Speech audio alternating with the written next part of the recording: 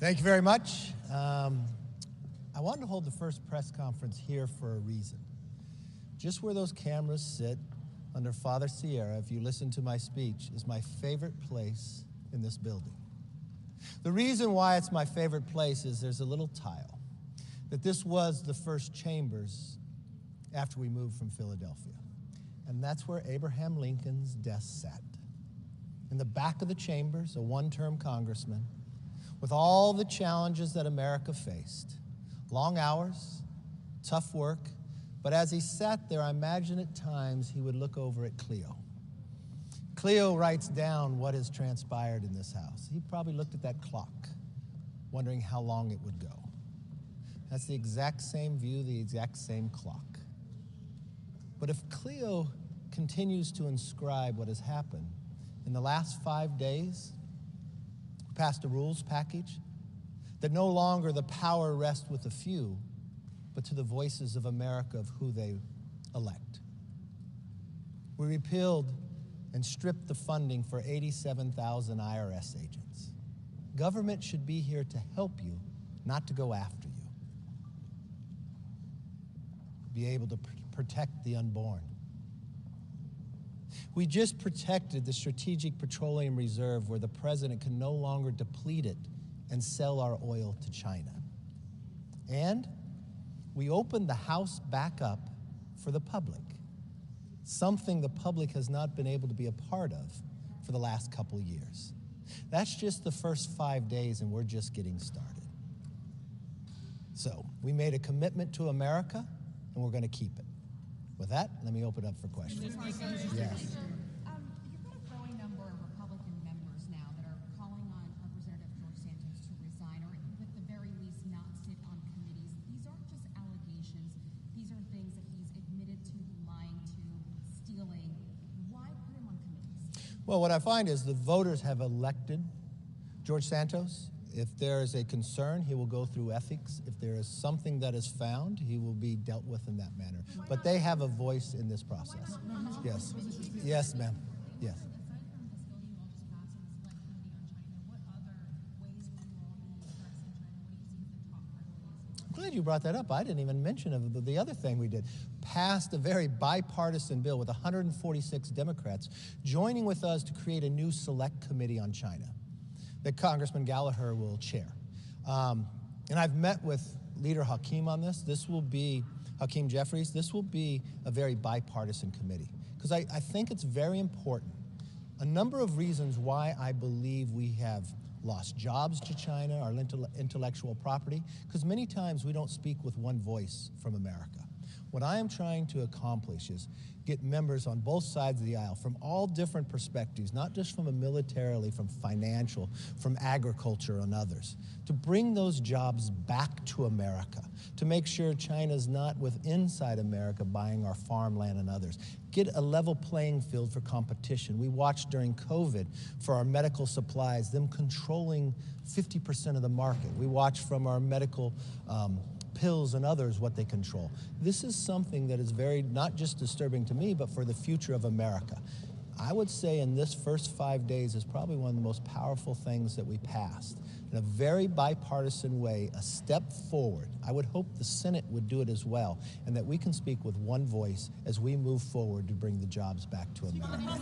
Yes, sir. Yes, sir. There's been a lot of reporting and a lot of rumors about any addendums, side deals, handshake agreements you made to get the speakership. Do the American people deserve to know all the promises you might have made to get? Yeah, they deserve to know. And the thing that you should look at is the commitment to America. There is not a side deal to anything. You watch the rules package, exactly the same rules package we had back at January 1st. What does it do? The only change within that is make the vacate the chair from 5 to 1. The other thing that we did, and I'm glad you keep bringing these up because it reminds me of other things we accomplished. We watch what is happening right now with the President of the United States. Not once, but now we're finding in 2 different locations classified information just out there in the open.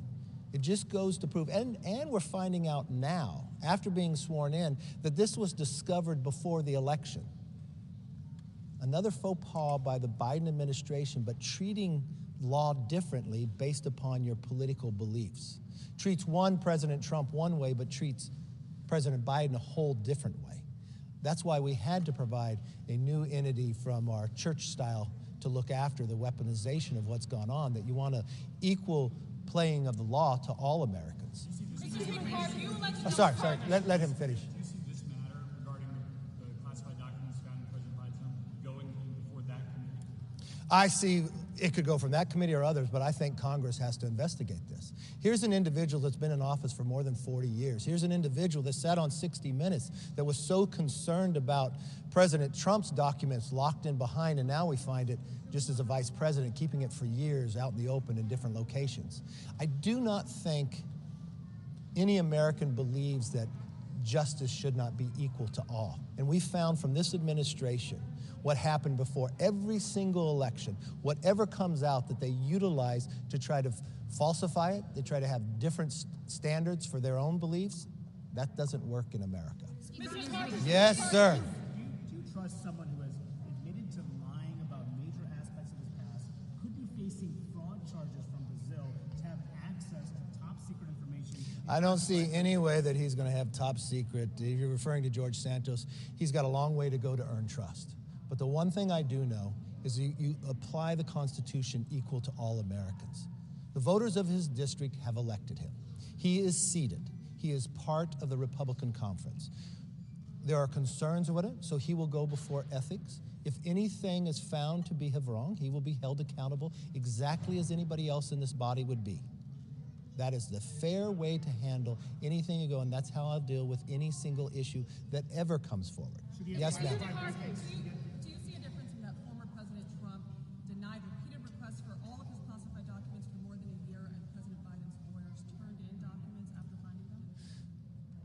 No, because from one standpoint, they knew the documents were there. They actually asked President Trump to put another lock on them, so they were locked. You look at President Biden. He wasn't president. He was vice president. He held these in different locations right out in the open. He criticized President Trump. Did he utilize the Justice Department to raid President Trump? Did you think that was right? They knew this has happened to President Biden before the election, but they kept it a secret from the American public. He goes on 60 Minutes, criticizes President Trump, even knowing what he has done, and he wasn't president at the time. Now we find another location that it's at, but he refused to answer. His press secretary won't answer the questions. You watched them leak photos of sitting out files of President Trump. Where's the photos of President Biden's documents? Where are those photos at? He knowingly knew this happened going into election, going into interviews. This is what makes America not trust their government. You cannot have one form of law because somebody philosophically has a different opinion than you, and you can't use the Justice Department to go after people that are politically different as well. It has to be equal across, and what I'm finding what's happening with President Biden time and again, you go from a laptop saying it not only that it wasn't true, but utilizing your own friends to go into companies to tell them to say the same thing, to try to knock down information, to try to make sure the New York Post story couldn't be printed.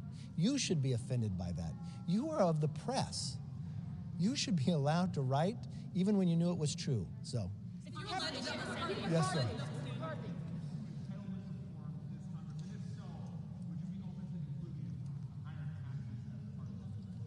Look, the one thing I know, I've watched when Republicans were in power those 8 years, discretionary spending increased 0. I watched Democrat take over for 4 years. They increased it by 30%. They went from $4 trillion to $7 trillion. I watched a $31 trillion debt. I watched inflation grow under their fiscal policies. We've got to get our house in order. So the one thing I will tell you as Republicans, we will always protect Medicare and Social Security. We will protect that for the next generation going forward. But we are going to scrutinize every single dollar spent. It's the it's the hardworking taxpayer that actually pays it. And we want to make sure it's spent wisely and not the way the Democrats have spent it. Yes, ma'am. I want to ask, so there's been some interest among some of your ranking-power Republicans to possibly introduce a resolution to expunge one of former President Trump's impeachments or possibly vote. What do you think of that? Is that something that you would be supportive of? I'd have to look. When you find that the final information that the Russia document was all a lie, When you watch what went through, I would understand why members would want to bring that forward. Our first priority is to get our economy back on track, secure our borders, make our streets safe again, give parents the opportunity to have a say in their kids' education, and actually hold government accountable. But I understand why individuals want to do it, and we'd look at it. Now, a bunch of Republicans, about 20 of them last Congress, called on Speaker Pelosi at the time to release the J6 Capitol Hill security footage of all things that happened on that day. Is that something that you'd be interested in doing?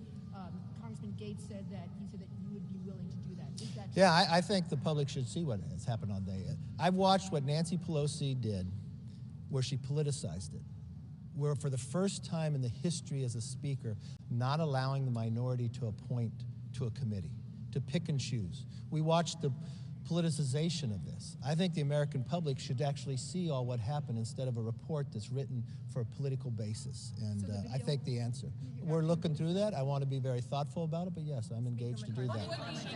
Yes, ma'am. Thank you, sir. On the debt ceiling, can you guarantee that Republicans will provide votes necessary to raise the debt ceiling and avoid Look, we want to make sure we don't want to put any fiscal problems to our economy, and we won't. But fiscal problems would be continuing to do business as usual. I remembered when Trump was president and Nancy Pelosi was speaker, they became a debt ceiling agreement, and it was a cap agreement for 2 years to cap the spending and make those decisions. This is something that people have utilized. But I ask all of you and all Americans, if you have a child and you give them a credit card and they spend the limit, so you increase the limit again and again and again, when does it end? We've got to change the way we are spending money wastefully in this country.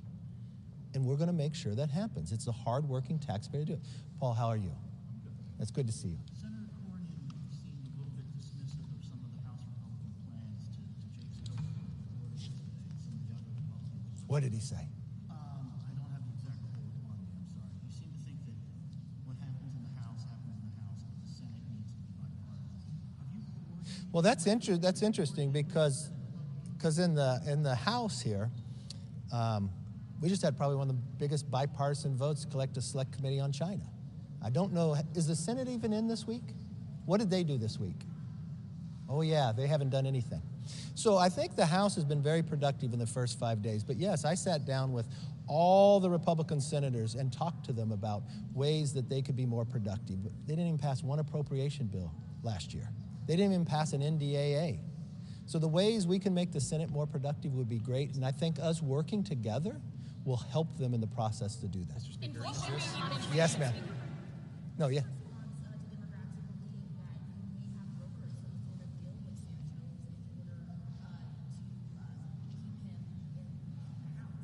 I'd say they're wrong. And what should be the negotiation, Speaker? We saw the right flank of the party move you on the rules package. Are you concerned that moderates will throw their weight around to do the same? Look, we are one party. We don't have just one idea, but we go from the Reagan philosophy. If we agree with people 80% of the time, we're all together. I like the idea of having a party so large that you have a lot of beliefs inside it, but you have a foundation of our beliefs. And I think what we went through last week will only make us stronger in the long run. Mr. Speaker, do you see a cap? You mentioned a cap agreement, a budget cap agreement alongside the debt ceiling. Is that one of the things? Well, I laid out from an example of what happened last time. When Nancy Pelosi was speaker, that's what transpired.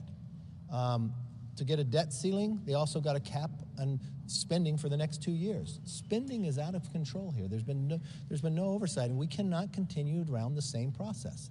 I had a very good conversation with the president when he called me, and I told him I'd like to sit down with him early and work through these challenges because, yes, your question earlier, Paul, the House is different.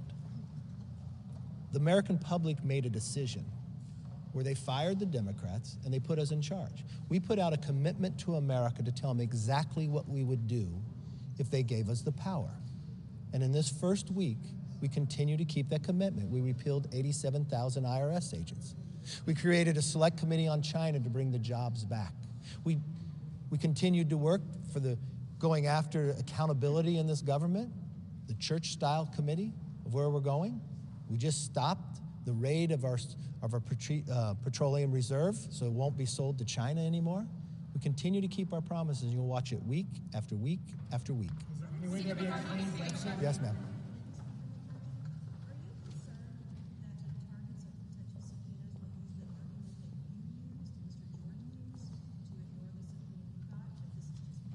No, because mine wasn't ignoring a subpoena. I said I would gladly go if we got to appoint people to the committee. If it was not political, you will find the fundamental difference of me being a speaker and Nancy Pelosi. The other side will get to name their members on the committee. It won't be handpicked by me and denying the Democrats their voice. So whatever transpires out of that committee is worked through Republicans and Democrats as we move forward. It's a fundamental difference. Why? You said you're going to let Democrats appoint their own members to the committee, but you've also indicated you're not going to let. I was very clear early on. Let me phrase something very direct to you. If you got the briefing I got from the FBI, you wouldn't have Swalwell on any committee. And you're going to tell me other Democrats couldn't fill that slot? He cannot get a security clearance in the private sector. So would you like to give him a government clearance? You asked me questions about Santos. You asked the questions about Swalwell. Not only was he getting a clearance, he was inside an intel committee. He had more information than the majority of all the members. Did you ever raise that issue? No, but you should have.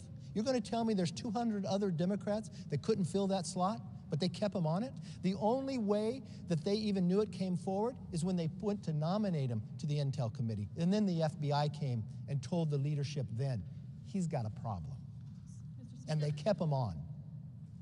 That jeopardized all of us. Adam Schiff openly lied to the American public. He told you he had proof. He told you he didn't know the whistleblower.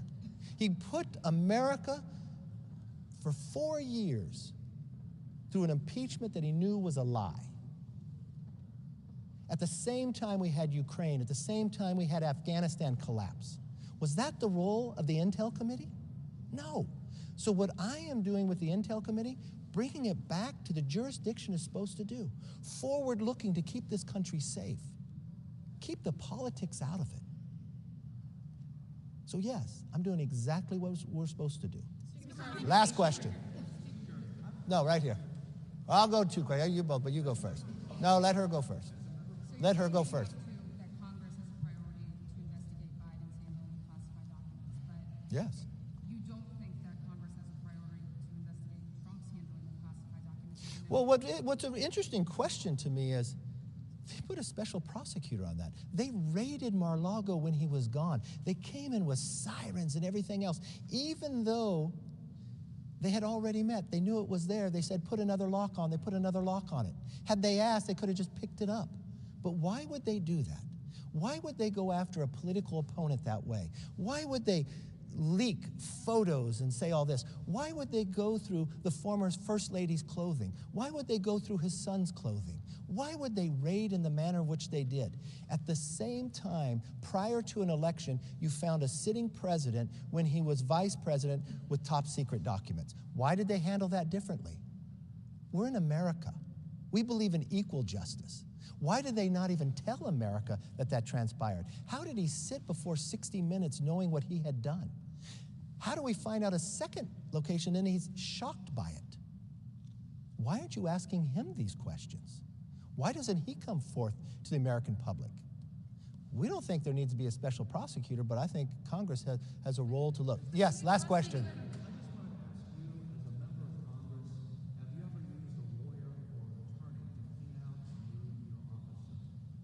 A lawyer or attorney to clean up? I have a lawyer. I don't know what point you're trying to get at, so help me further on the question. No, I use my hands and my own, so I think it's I think if you call a lawyer to remove something for your office, he must have known ahead of time. So I think he has a lot of answers to the American public. The good thing about that is the American public has a Congress that can get the answers. Thank you all. I hope you have a great weekend.